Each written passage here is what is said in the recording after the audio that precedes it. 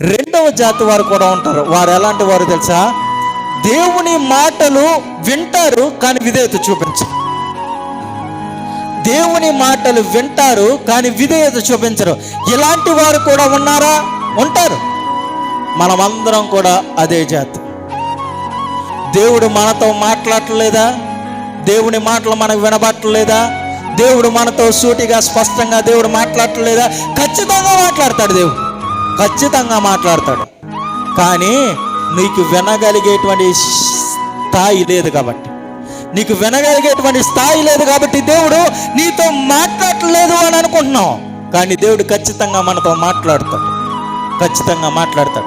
దేవుడు మాట్లాడతాడు, వింటాము, కానీ దానికి విధేయత చూపించలేము. బైబిల్లో ఒక వ్యక్తిని చూపించిన మీకు. సౌలు ఇశ్రాయేలీయులకు రాజు అయినాడు. ఇశ్రాయేలీయులకు రాజు అయినాడు. ఇశ్రాయేలీయులందరూ అనుకున్నారు, మమ్మల్ని పాలించడానికి, మమ్మల్ని సంరక్షించడానికి మాకు ఒక రాజు కావాలి అని అంటే, దేవుడు ఆ రాజుని సిద్ధపరిచి సౌలుని సిద్ధపరిచాడు. సౌలుని సిద్ధపరిచి సమూయేలుతో దేవుడు మాట్లాడుతున్నటువంటి మాట, నీ దగ్గరికి సౌలు అనేటువంటి వ్యక్తి వస్తాడు, నీవు అతన్ని అభిషేకించు, నేను అతన్ని రాజుగా నియమిస్తా ఉన్నాను అని అన్నాడు. నియమిస్తా ఉన్నాను అని అంటే సమూయేలు దేవుడు చెప్పినట్లుగా విని అభిషేకించాడు. సౌలు రాజయ్యాడు. సౌలు రాజయ్యాడు. రాజైన తర్వాత కొన్ని దినాలు బాగానే ఉన్నాడు. అభిషేకించబడినప్పుడు ఆయన మీదకి వచ్చింది ఏంటి అని అంటే, దేవుని ఆత్మ ఆయన మీదకి దిగిరాగా ఆయన ప్రవక్తలతో పాటు ప్రవచించడం మొదలుపెట్టాడు. సౌలు ప్రవచించడం మొదలుపెట్టాడు. ప్రవచించడం అనేటువంటిది ఎవరు ప్రవచిస్తారో తెలుసా? దేవుడు ఎవరికి అయితే బయలుపరుస్తాడో వారు మాత్రమే ప్రవచించగలుగుతారు. దేవుడు ఏదైతే ఉద్దేశాలను ఎరిగి ఉన్నాడో ఆ ఉద్దేశాలు ఎవరైతే ఎరుగుతాడో వాడు మాత్రమే ప్రవచించగలుగుతాడు.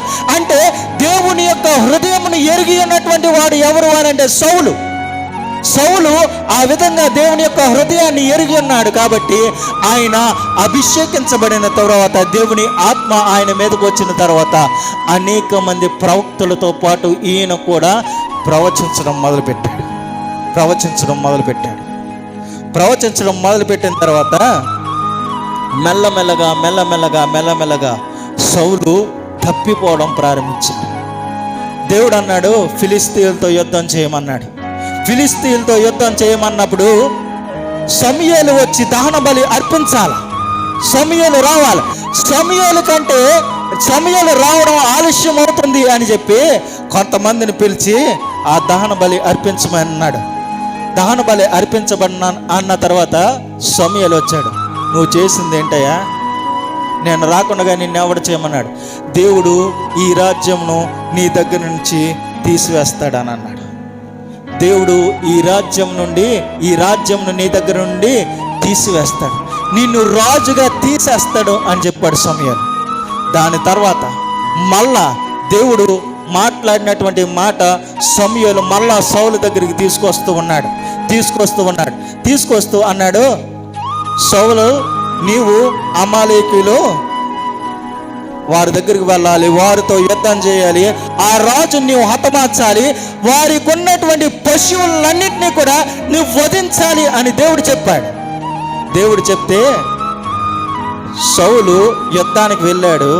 యుద్ధానికి వెళ్ళి చంపమన్నటువంటి రాజుని చంపకుండా తనతో పాటు తీసుకుని వచ్చాడు. దేవుడు చంపమన్నటువంటి పశువులను చంపకుండా ఆయన వారితో పాటు సౌలుతో పాటు వాటిని తీసుకుని వచ్చిన తర్వాత సమూయేలు అంటున్నాడు, దేవుడు నీకు చెప్పింది ఏంటి, నువ్వు చేసింది ఏంటి? దేవుడు చంపేయనంటే నువ్వెందుకు తీసుకొచ్చా? దేవుడికి దహన బలి అర్పించడానికి తీసుకొచ్చా అని అన్నాడు. దేవుడు శాశ్వతంగా ఇశ్రాయేలును పరిపాలించేటువంటి ఆ యొక్క అర్హతని నీ నుండి తీసివేస్తున్నాడు అని అన్నాడు. తీసివేశాడు. దేవుని ఆత్మ ఆయన మీద నుంచి వెళ్ళిపోయింది.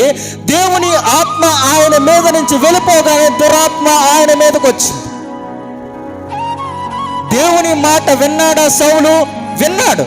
కానీ దేవుని మాటకు విధేయత చూపించాడా సౌలు? విధేయత చూపించలేదు. విధేయత విధేయత చూపించలేని కారణంగా ఆయన మీద వచ్చింది పోయింది.